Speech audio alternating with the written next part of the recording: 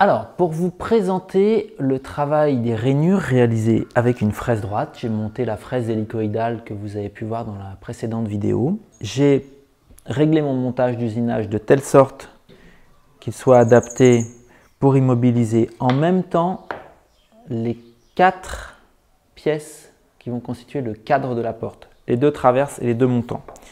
J'ai ajouté ici, quand il y a plusieurs pièces, une petite surépaisseur, c'est un petit morceau de papier de verre, qui va permettre au gabarit de vraiment bien fixer la pièce qui va être usinée. Vous notez ici que la face de parement et la face d'appui, elle sera toujours la face d'appui de mon guide. Ce qui fait que j'ai ma face d'appui 1 et j'ai mes 2 faces d'appui qui vont être les mêmes à chaque fois. Si une fois je mets une pièce dans un sens, une fois je mets une pièce dans l'autre, en théorie ça fonctionne. Et oui, ma rainure, elle fait 8 mm, elle est parfaitement centrée, il y a 6 mm de chaque côté. Sauf que si vous avez fait une petite erreur de réglage et que vous avez 6,5, ben ça veut dire que l'autre de l'autre côté il fait 5,5. Et quand vous allez présenter votre pièce, il y aura 1 mm de différence. Il y aura un désaffleurement de 1 mm entre l'un des montants et l'une des traverses. Ça va donc être extrêmement important que la face d'appui ici soit la face de parement. Une petite parenthèse pour vous dire une chose. Ici, on est dans le cadre d'un meuble qui va vous permettre d'apprendre des choses.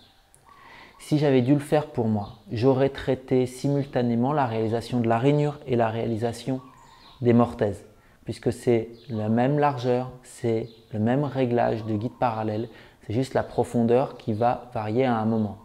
Sauf que, pour des raisons pédagogiques, il me semble important que vous preniez le temps d'apprivoiser la défonceuse en réalisant une rainure ici. Ce qui va demander un petit peu moins d'habileté, ce qui va nous permettre de placer un certain nombre de gestes de base à réaliser. On va commencer par faire le réglage de la profondeur. Je déverrouille ma machine. Je la descends et la fraise vient en contact avec la surface. Je dois donc maintenant régler l'espace entre la butée et le barillet de telle sorte que j'ai 12 mm de profondeur. Comment je m'y prends? Si vous avez ici un indicateur numérique, c'est super. Sinon, vous pouvez suivre les graduations ou encore mieux, vous placez un forêt de 12, vous descendez, vous verrouillez. Ce qui signifie que quand je vais pouvoir plonger, ici, je suis en butée, je sais que j'ai plongé de 12 mm. Je ne vais pas plonger de 12 mm d'un coup. Premier réglage effectué, on vérifie bien tout. Alors, maintenant, je vais installer, hop, je suis droitier, donc je vais mettre du bon côté, mon guide parallèle.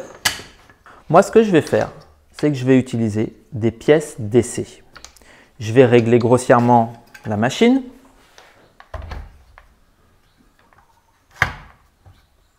Je dois avoir 6 mm entre le guide et le tranchant de la fraise. C'est pas simple, par contre 6 et 8 de l'autre côté, c'est assez simple. Je vais donc régler 14 mm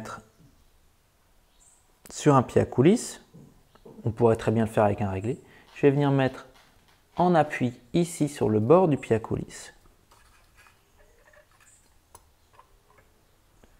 Là, je suis en appui. Mon pied à coulisse, il vient buter sur la fraise. Et je vais rapprocher mon guide parallèle.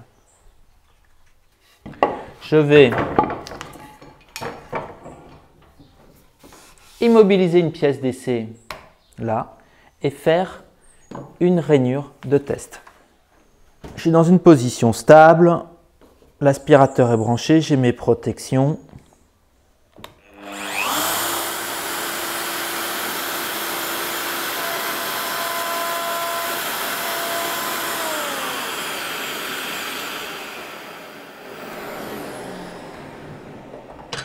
Alors, je viens de faire ma pièce d'essai et je me rends compte que j'ai plutôt 6,5.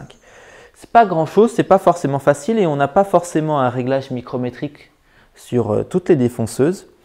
Donc, ce qui signifie que je dois rapprocher mon guide. Vous allez simplement desserrer l'une des molettes et vous allez pousser et tout en poussant, resserrer.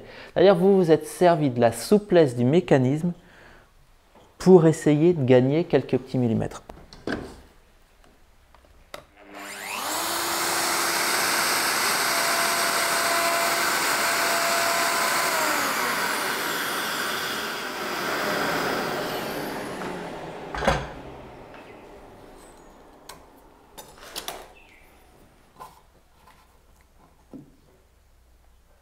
Et ici, c'est parfait. Je vais pouvoir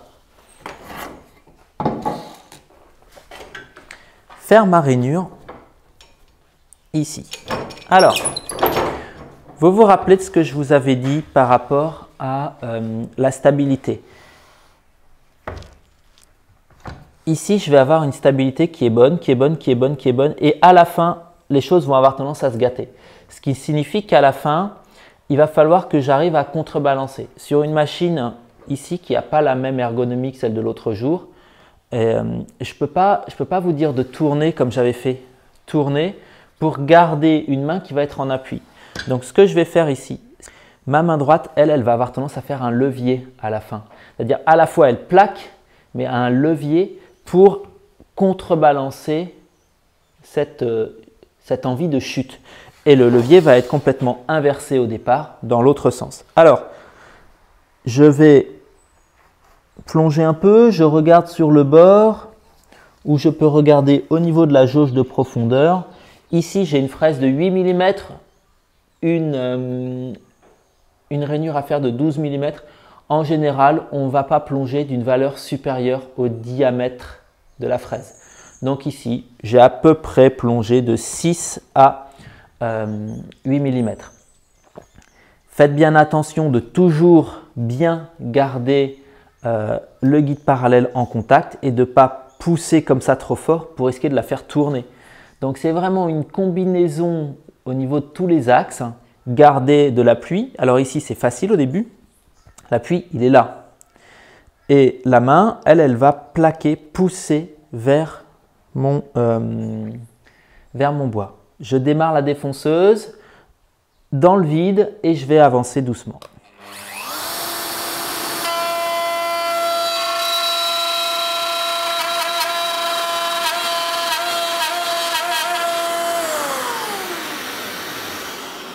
Je me suis arrêté, vous avez entendu le bruit. Peut-être que ma fraise est un petit peu émoussée ou quelque chose. Je n'arrive pas à avoir une avancée fluide. C'est pas grave. Je remonte un petit peu et je vais faire une passe qui est moins profonde. Je redémarre dans le vide et je réavance.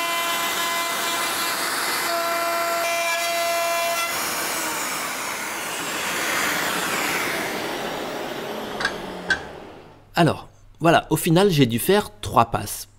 Ma fraise n'était pas de première jeunesse, mais vous pouvez constater que la technique fonctionne bien. Elle est certes relativement lente, mais le résultat est concluant.